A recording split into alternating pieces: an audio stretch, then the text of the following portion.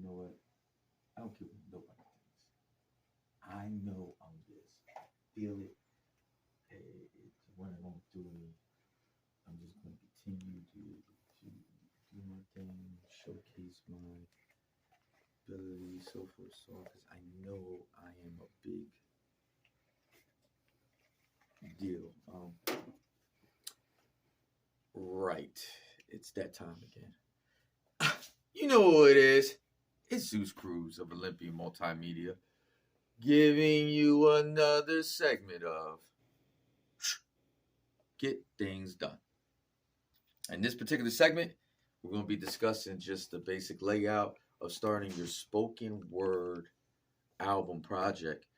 A lot of you guys know that I'm currently working on my album, so I kind of just wanted to share with you guys and give you a little bit of insight on different applications, different programs, just the things to keep in mind as you're putting together your project.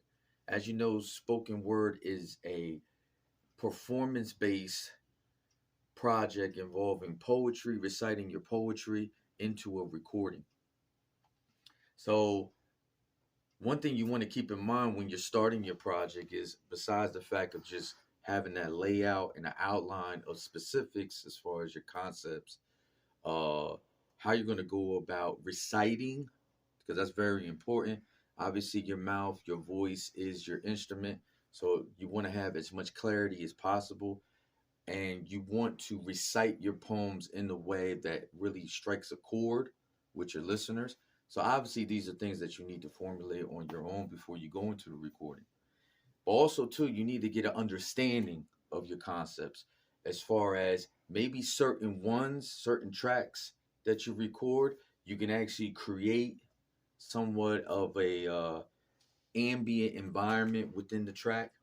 I know with mine, I'm doing a hybrid version of it, which means I am going to incorporate music production in the form of a soundscape, but also going to put in some different types of effects. I'm also going to incorporate hip hop elements as well, because you guys know already, hip hop and poetry definitely goes hand in hand between writing stanzas and writing bars. But when you're thinking about the concepts within your project, yes, you can do some things in there and add certain things to bring texture to your poetry, but also keep in mind that less is more. You don't want to be overly saturated with too much things going on in your recording, because it's going to take away from your message. It's going to take away from your poetry. It's going to take away from what you're really trying to accomplish. And that's really putting your poetry out there in the forefront for the listeners to engage with and appreciate your art form.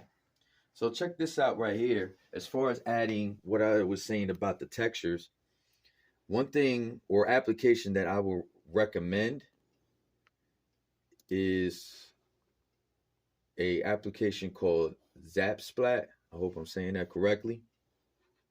On one particular track within my album is going to be called Voices, and I'm kind of going to be simulating the whole idea. I'm pretty sure a lot of you viewers kind of go through that, where you have, like, it feels like you have multiple voices going on in your head, and it seems like one voice is trying to dominate the other.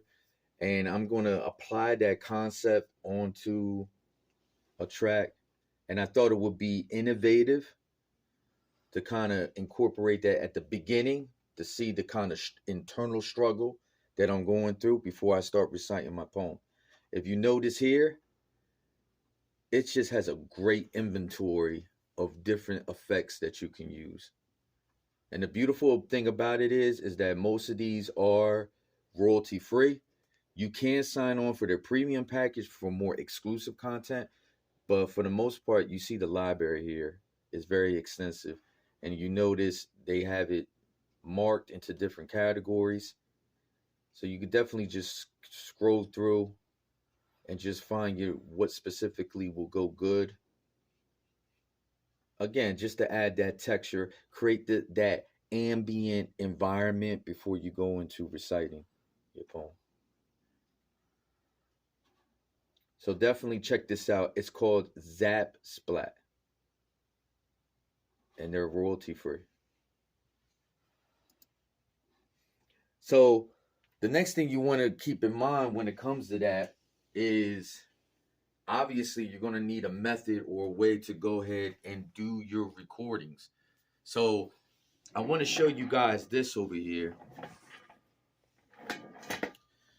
And if you notice here, we got two mics right here. These are USB powered mics. These are two brands that I definitely recommend. I know some people, as you can see over there in the far corner, some people prefer the compressed mics, and then you have that synced with a audio, some type of audio interface. That's more the traditional way of going ahead and recording vocals. But definitely, I definitely recommend USB powered mics as well. They do the job very effectively. Trust me on that. If you notice, this model over here is called Roccat. If you are familiar with that brand, that is a major brand for a lot of podcasters, a lot of content creators that do a lot of streaming. They tend to use that brand. But it's great for just recording vocals in a track structure format. But my go-to is this one right here. And I'm going to open it up for you. May not be able to really get to see it. But this is the Presonus Revelator. And I love it. Presonus has definitely been stepping their game up as far as their products, their hardware. Just better quality. Upscale, not even a lot of overhead as far as you have to tinker too much with the vocals. The neat thing about this is, I don't know if you can see it, but you actually have some presets on here. That's pretty amazing. Presets involving different types of effects that can be applied on your vocals as you're recording, such as reverb, compressor. They even have one on there where you could do an echo effect. And it just kind of saves time. It adds the texture to your vocals without needing to go ahead and record. And then you have to go about through your taskbar and just kind of go through that whole process of just trying to encapsulate your voice in a different way. This does it as you're recording, which is like pretty cool and pretty innovative. And also too, I recommend you definitely get this. As you see this setup here, this is called a pop filter. And this is definitely a must-have when you're doing recordings, because this does a really excellent job of just muffling outside sound. It also helps regulate the breathing as you're doing the recording, so it doesn't sound all heavy while you're recording.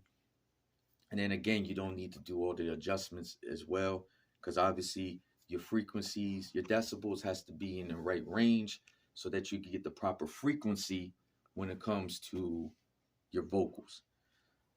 And as you can see here, this particular one fits on just good. You just kind of just put that in there, and then you go ahead and just record. I'm actually going to change this up to kind of demonstrate with y'all real quick what we do with this. So I'm going to bring the mic over here like this. And just to give you a quick outline of what we're doing with this, I'm going to open up Cakewalk. Now, this is the go-to DAW that I use. Most DAWs have these different types of features on there. So again, I just recommend, like I always do, just do your research. Please do your research and just find the type of DAWs, type of software, hardware that works best for you. But here, the neat thing about Cakewalk is that they structure it the way you want to do your projects. And they have this one called vocals. So if that's what you're concentrating on, obviously for this segment, we're talking about spoken word. This will probably be the best bet for you to set up, where this is strictly about just tinkering and mixing your vocals properly. As you notice, it's set into different tracks, and each track has a different type of effect that's already built into it, which I think is pretty awesome that they have this already set up. Yes, all of these things can be changed. These tracks can be deleted. You can change the formatting within the track at any given time. You can even turn them all in off. And I mean, they just give you a whole plethora of different types of effects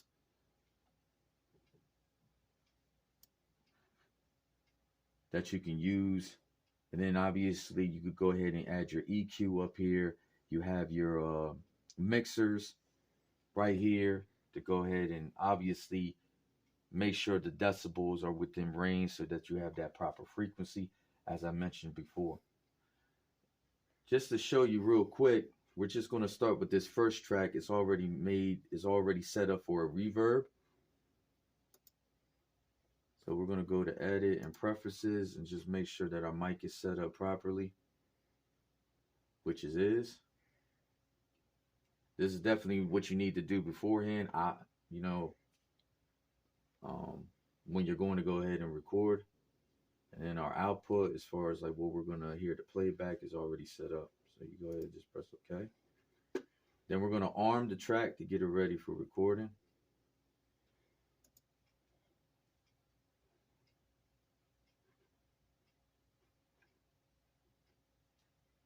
And then let's just give it a quick test drive. Hello, hello. Hello, hello there. Hello. You always want to go ahead and test your mic. It's very important just to make sure the mic is in sync with this. As you notice, your sound bar right here, you know the elevations is spiking. That gives a good indication that your mic is working. So let's just go ahead and record something real quick so you kind of can hear the clarity within this mic.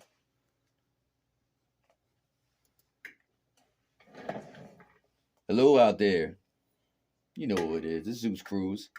Just doing another episode of Get Things Done.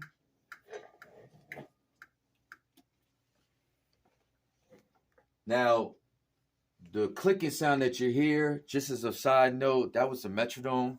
You don't necessarily need that when you're recording vocals. Metronome is a feature that you can use in order to, like, when you're producing beats, producing some type of music production, that you stay in sync with the chords and the bar structure in which you're trying to format your beat.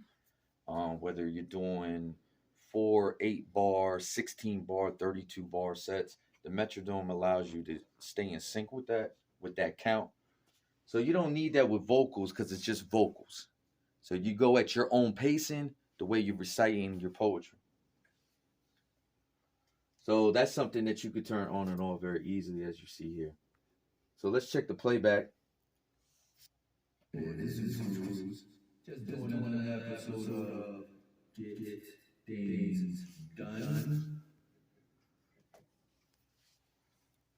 And if you notice there, the clarity is just top notch. Obviously, you're going to go ahead and do some mixing as well, just to make sure that everything is fine-tuned the way you see fit. But using USB powered mics, it does the trick. The clarity is there. And then you notice I had it on the preset where it allows to do the echo effect. Again, that just saves you time if that's something that you want to incorporate within your music production. I mean, not music production, sorry. Spoken word, excuse me. That you can apply that to your vocals without the extra step of just putting that layer over your track. You know, you instantly can do it. So definitely I recommend Presonus Revelator. Remember that. You could definitely get that anywhere. Sweetwater, Guitar Center, Amazon. Not very expensive either. It's just going to run you about a little over $100. So I definitely recommend that. The Roccat is within $100. So this is definitely within your budget to get these mics as well. Obviously, you could get a more elaborate setup if you want to. Again, it all comes down to you. Do what's in the best interest of you so that you can bring out the best in your project. So if you notice with Cakewalk, the beautiful thing is that it sets up in tracks the different types of effects that you can apply to it. You can make adjustments as you go, obviously. You don't have to be stringent to what you have on here at all. And as you can see, you have your console in which you can make mixing a lot more better. And it's incorporated into the different tracks. So that's the neat thing about Cakewalk. But being that I went ahead and endorsed Presonus Revelator USB power mic, it would only make sense for me to endorse its program, which is a Presonus Studio 6.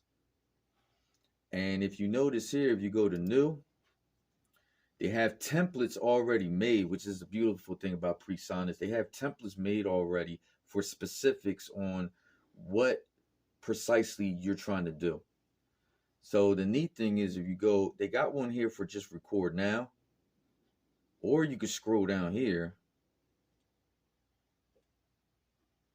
and notice this right here, Presonus interfaces, record audio from Presonus interfaces. So being that we would use Presonus Revelator as our go-to mic to do our recordings, this is perfect to just use this, since it's already will be formatted in sync to that piece of hardware.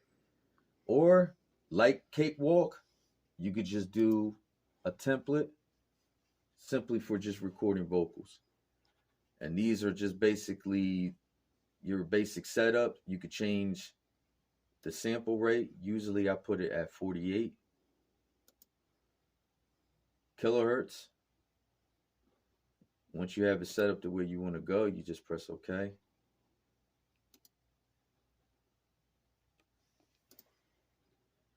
And there you go. Up here, you have your track listings. You have your segments. And you could just go ahead and record. The neat thing is you have this panel over here in which you can include different effects, instruments, loops. If you were making somewhat of a hybrid type of project, you can instantly plug these things in. The great thing about Presonus is that it's click and drag. So you literally just click on what you want, you drag it onto the timeline, and then you put it where you see fit, and then you can stretch it out or condense it, depending on how much of that piece of sound or effect that you want within your project or your track. And then obviously you have your mixer down here. But this is the basic layout and setup to go straight to just recording vocals. And again, I can't emphasize enough about when you are doing your spoken word, please, it is neat to put different types of effects and different types of other things within your production or your recording. You can do some innovative things with your voice as well, just to bring your words to life a little bit more. But remember, less is more. Less is more. You know, because the main thing about spoken word is you want to get your message out. You want to get your words out. It wants to be clear for the listener to capture what you're trying to say within your poetry. So that's pretty much it. I just wanted to give you a little bit of insight. Oh, before I forget, I knew I forgot something. If we check this out right here.